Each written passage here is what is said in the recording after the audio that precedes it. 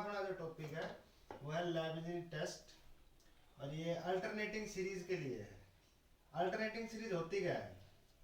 Alternate मतलब होता है चेंज होना, एक बार पॉजिटिव और नेगेटिव, और पॉजिटिव और नेगेटिव। तो ऐसी सीरीज जिसमें एक टर्म पॉजिटिव और एक टर्म नेगेटिव हो, जैसे कि 3 फिर -5 फिर +7 फिर -9 फिर +11, एक पॉजिटिव है एक नेगेटिव है, फिर एक पॉजिटिव है फिर एक नेगेटिव है, फिर एक पॉजिटिव है फिर नेगेटिव है। तो ऐसी सीरीज जिसके अंदर एक टर्म पॉजिटिव और एक टर्म नेगेटिव हो वो होती है अल्टरनेटिंग सीरीज। तो ये टेस्ट आपको तभी लगाना है जब कुछ ऐसी सीरीज आपको दिखे जिसमें एक टर्म पॉजिटिव हो एक टर्म नेगेटिव हो, एक टर्म फिर पॉजिटिव हो फिर नेगेटिव हो। तो ऐसी सीरीज के लिए ये टेस्ट लगेगा। और ये टेस्ट कहता क्या है? इस टेस्ट में सबसे पहले आपको जनरल टर्म तो दी ही होगी, ये जनरल टर्म आप बना लोगे।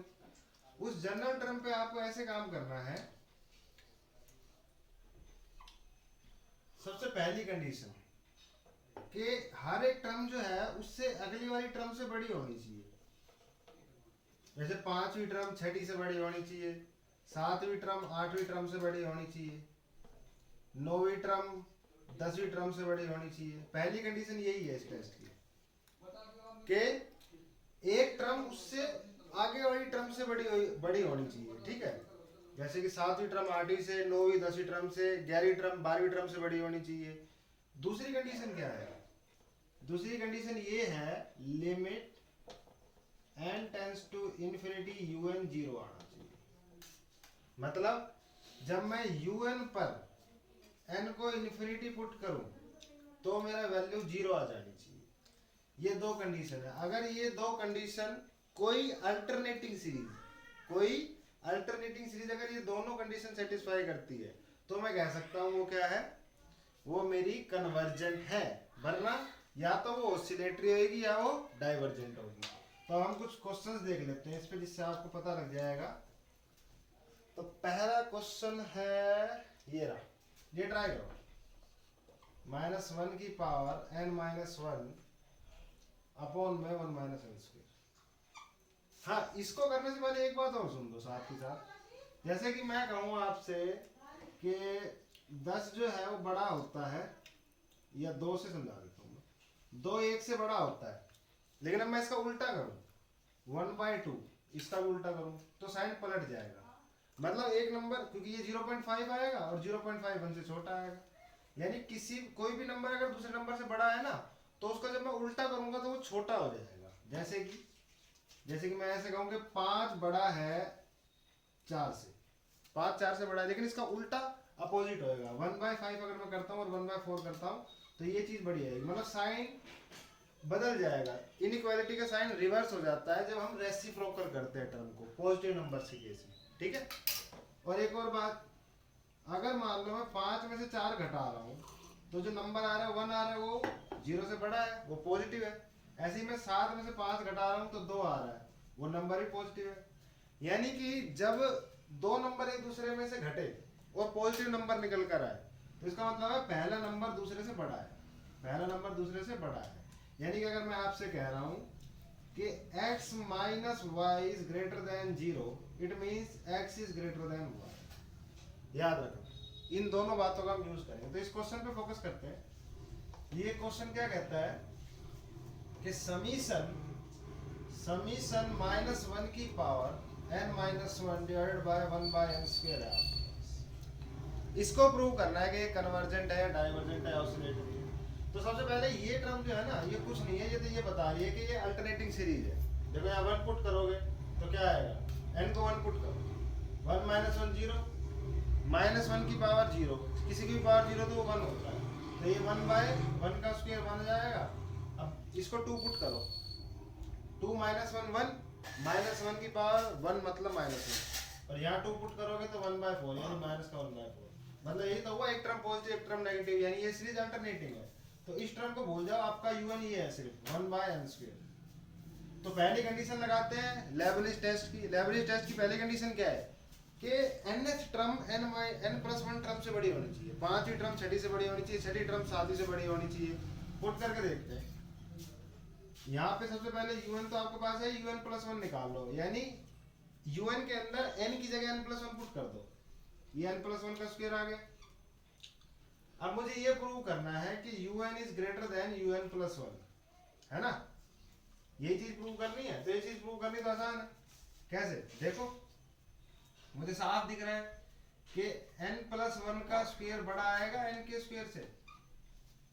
जैसे 5 है, 5 + 1 का स्क्वायर करोगे 6 का स्क्वायर, यहाँ 5 ही लिखा जाएगा, n के वैल्यू अगर 5 है तो 6 का स्क्वायर 5 के स्क्वायर से तो बड़ा ही आएगा, यानी n+1 का स्क्वायर n के स्क्वायर से तो बड़ा ही आएगा।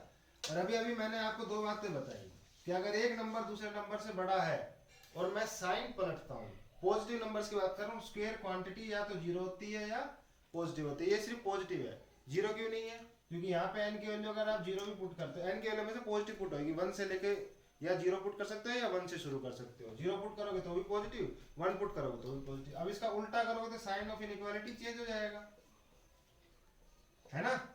ये तो बताया था मैंने कि अगर 5 बड़ा है 4 से, और अगर आप साइन पलटते हो तो 1/4 बड़ा आएगा 5 से। करके देख लेना, यही होता है, ठीक है।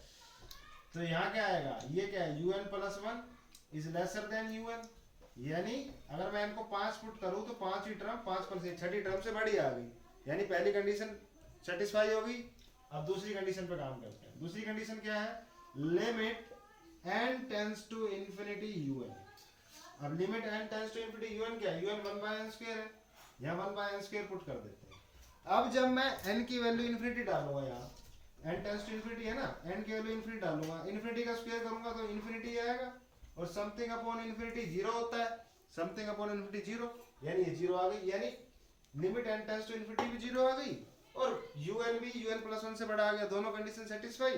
तो मैं लेबनिज टेस्ट से इस अल्टरनेटिंग सीरीज को कन्वर्जेंट कह सकता हूं, मतलब ये अल्टरनेटिंग सीरीज कन्वर्जेंट है बाय लेबनिज टेस्ट, ठीक है। तो आप लिख सकते हो hence the series alternating series is convergent by Leibniz test because both condition of Leibniz test are satisfied. तो एक क्वेश्चन और ट्राई करते हैं बेटे। समीशन -1 की पावर n-1 1/3n-2। फिर यही बात, ये चीज जहां भी दिख रही है ना तो वो एक ही बात रिप्रेजेंट कर रही है कि सीरीज अल्टरनेटिंग है, और सीरीज अल्टरनेटिंग है तो कौन सा टेस्ट लगेगा, लेबनिज टेस्ट लगाओ।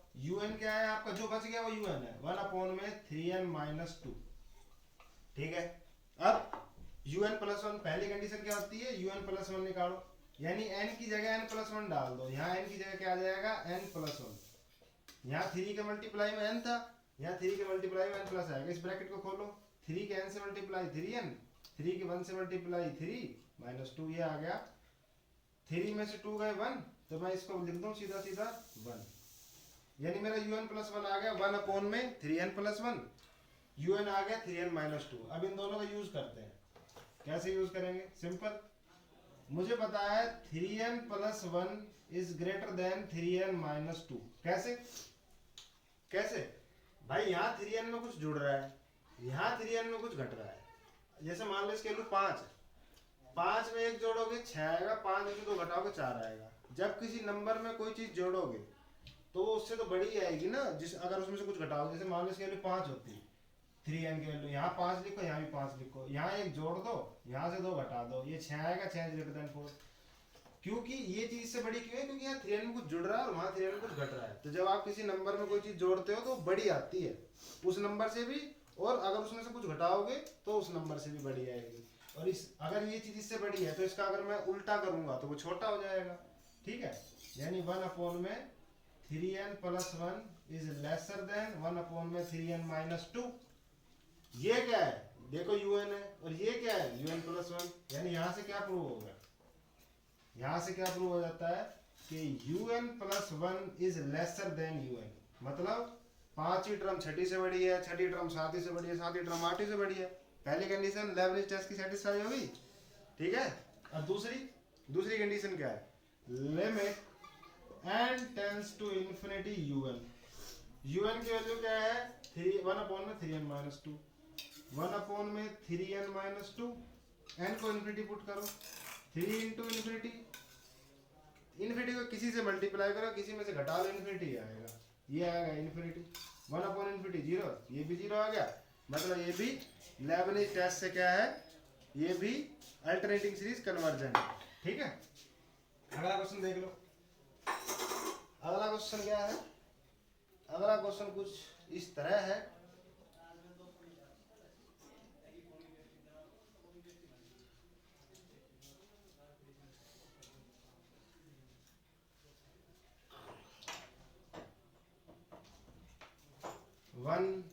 One minus 1/2 plus 1/4 plus minus 1/8 1/16। ये आपकी सीरीज है। आपको इसको प्रूव करना, कन्वर्जेंट डायवर्जेंट पता लगाना है।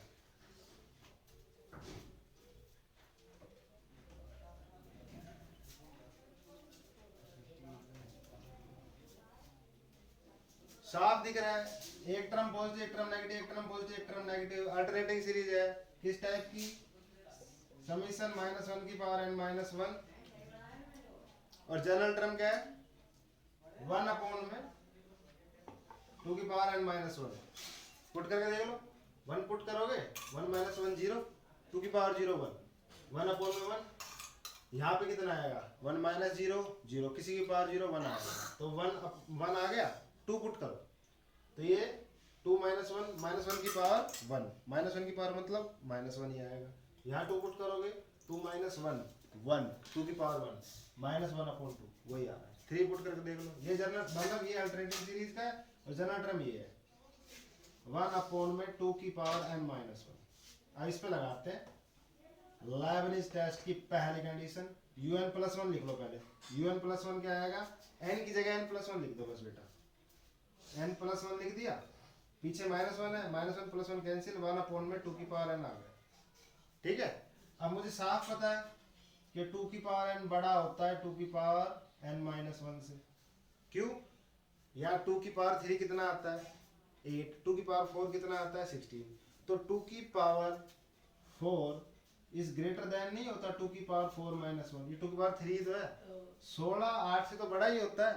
तो इसका उल्टा करेंगे तो साइन ऑफ इनइक्वालिटी रिवर्स हो जाएगा। जब मैं इसका रेसिप्रोकल करूंगा तो इनइक्वालिटी का साइन उल्टा हो जाएगा। ये मेरी un है, ये un+1 है, ये un+1 is lesser than un आ गया। मेरी पहली कंडीशन सैटिस्फाई हो गई था। लेबनिज टेस्ट कहता है कि हर टर्म उससे अगली वाली टर्म थे बड़ी आनी चाहिए। बिल्कुल आ रहा। हर टर्म उससे अगली वाली टर्म से बड़ी आ रही। 5 छठी से बड़ी, 7 आठवीं से बड़ी। दूसरी condition limit n tends to infinity 1 upon un की वैल्यू क्या है? 1 अपॉन में 2 की पावर n -1। पुट कर दो। इनफिनिटी में से 1 घटाओ कोई फर्क नहीं पड़ेगा। 1 अपॉन 2 की पावर इनफिनिटी। एक नंबर की पावर 2 की पावर 2 कर रहे हो तो 4 आ रहा है, 3 कर रहे हो तो 8 आ रहा है, 4 कर रहे हो तो 16 आ रहा है, 5 कर रहे हो तो 32 आ रहा है। मतलब जितनी बढ़ती जा रही है उतनी बड़ी वैल्यू निकल कर आ रही है। यानी 1 अपॉन में 2 की पावर जितनी बड़ी होती जाएगी, इनफिनिटी तो बहुत बड़ा नंबर है तो ये बहुत बड़ी वैल्यू निकल कर आएगी। बहुत बड़ी वैल्यू कहते हैं इनफिनिटी, समथिंग अपॉन इनफिनिटी 0। दूसरी भी सेटिस्फाई होगी। लेबनिज टेस्ट से ये भी क्या हो गई? कन्वर्जेंट। तो अब कुछ ढंग के क्वेश्चन कर लेते हैं। बोलते रहो, इनको करते रहो। अब ऐसे क्वेश्चन जिनमें आपको शायद अच्छा लगे करके, और पहला क्वेश्चन ही मैं आपको देता हूँ। ये रहा 1 अपॉन में log 2 -1 अपॉन में log 3। यही है ना? 1 अपॉन में log 4 -1 अपॉन में log 5। ये ट्राई करो, ट्राई करो।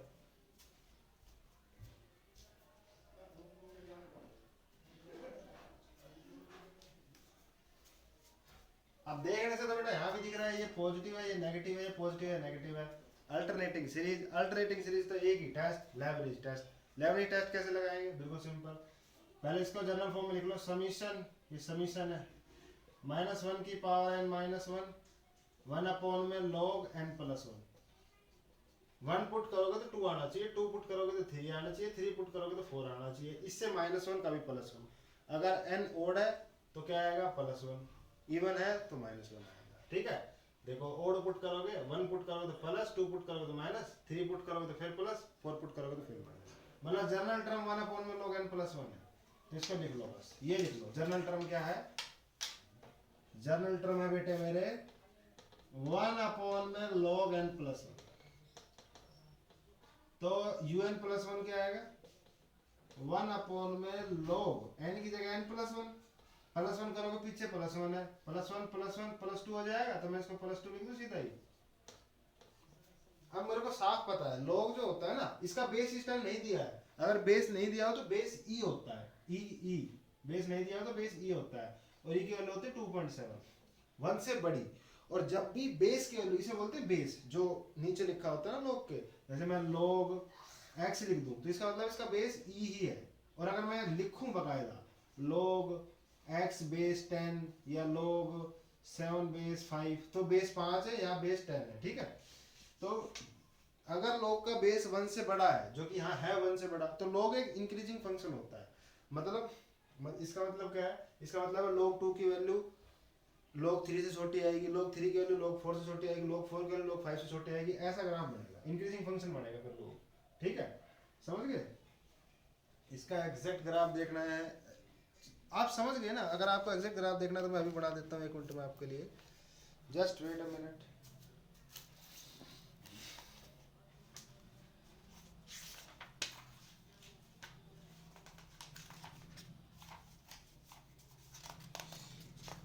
देखो ये अगर आपकी वैल्यू जो है बेस की वैल्यू, मान लो आपके पास कुछ ऐसा है log x बेस m, और अगर बेस की वैल्यू 1 से बड़ी है तो अब ग्राफ ऐसा बनता है बेटे,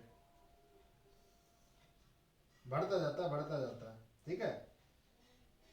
ये होता है log का ग्राफ। अब इसका मतलब क्या है कि log 2 की वैल्यू log 3 से छोटी आएगी, यानी log 3 की वैल्यू log 2 से बड़ी, log 4 की वैल्यू log 3 से बड़ी, log 5 की वैल्यू log 4 से बड़ी, log 6 की वैल्यू log 5 से बड़ी, ठीक है। ये बात समझ गए आप, बस यही समझानी थी, इसी से क्वेश्चन हो जाएगा। अब कैसे होगा बेटे मेरे, log n प्लस 2 क्या log n प्लस 1 से बड़ा आएगा अगर बेस e है तो, बेस 2.7 है, e लिख सकते हो, यहाँ मत भी लिखोगे, नहीं भी लिखोगे तो भी e समझा जाएगा, बेस e समझा जाता है अगर नहीं लिखते तो।